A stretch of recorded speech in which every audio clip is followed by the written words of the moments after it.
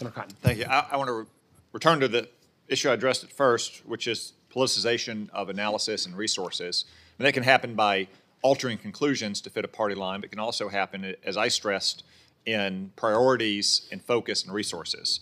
So, Director Haynes, I want to return again to page 33 of the threat assessment, where you write, transnational, racially and ethnically motivated violent extremists continue to pose the most lethal threat to U.S. persons and interests. I just found that astonishing. I compared it to fentanyl, and you said you mean that in the context of terrorism, correct? So you'll agree with me that fentanyl is a more lethal threat to Americans than racially and ethnically motivated violent extremists? Yes, absolutely.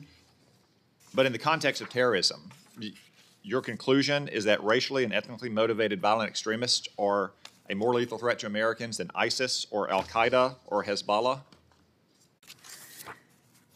Thank you. Yes, what we say in the piece, and it's under the category, essentially, so of global terrorism, right? So it goes through the different areas of global terrorism, including transnationally, racially, and ethnically motivated violent extremism. The fact that it is the most lethal threat for with respect to U.S. persons is something that we actually stated, I think, over 2 years ago in another report as well that similarly laid out these different issues. And it simply is a question of how many people, how many U.S. persons are killed or wounded as a consequence of attacks.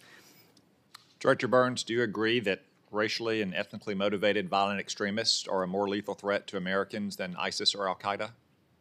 Well, I agree with Senator, with what Director Haynes just said, that if you measure this in terms of American lives lost or people who were wounded, I think those statistics bear that out. I mean, we obviously take extremely seriously the threat posed by groups like Al-Qaeda, ISIS, and Hezbollah as well. That's our job as a foreign intelligence service as well.